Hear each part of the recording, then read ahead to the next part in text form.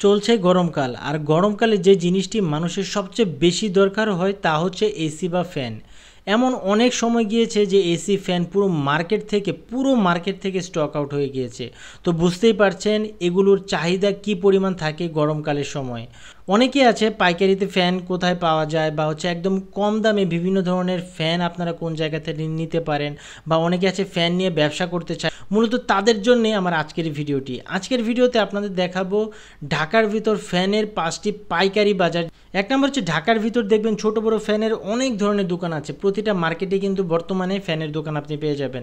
তবে এর মধ্যে সবচেয়ে বিখ্যাত হলো গুলিস্তানের সুন্দরবন স্কোয়ার মার্কেট।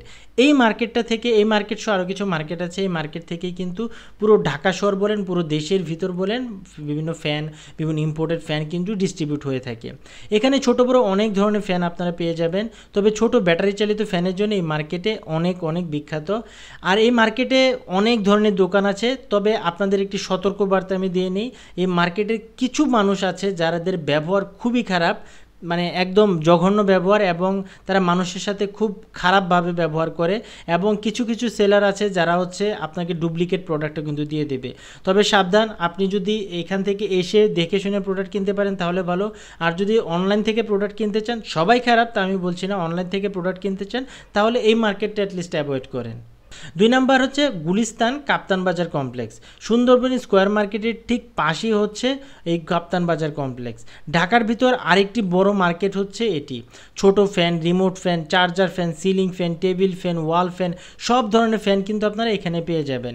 এই মার্কেটের 90% দোকান হচ্ছে হোলসেলে তারা সেল করে, এবং বাকি 50%-এ দেখবেন আপনারা চায়না থেকে বিভিন্ন ধরনের ইম্পোর্টেড প্রোডাক্ট তারা ইম্পোর্ট করে কিন্তু দেশের বিভিন্ন জায়গায় কিন্তু তারা এগুলো সেল করে থাকে। শুক্রবার ছাড়া বাকি দিনগুলো কিন্তু আপনারা সকাল সন্ধ্যা এই মার্কেটগুলো খোলা পাবেন।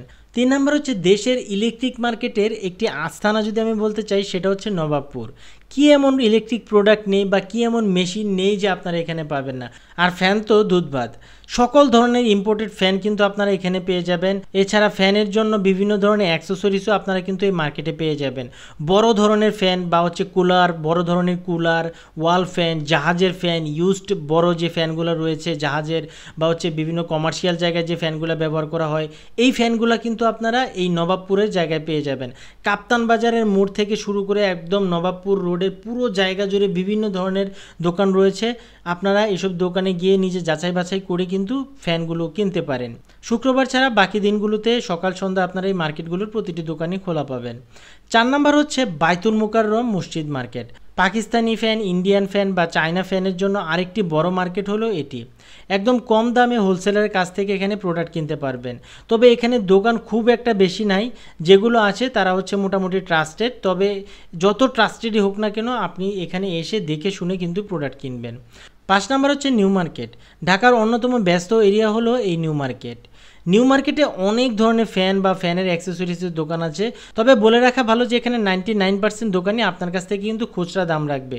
তারা যতই বলা বলি করুক যে হোলসেল প্রাইস রাখছে, কিন্তু এখানে কেউ হোলসেল প্রাইসে বিক্রি করে না, সবাই হচ্ছে রিটেল প্রাইসে বা খুচরা প্রাইসে আপনার কাছ থেকে কিন্তু দাম রাখবে। প্রোডাক্ট কিনে দেখবেন বাইরে আরও অনেক কম দামে কিন্তু আপনি পেয়ে যাচ্ছেন।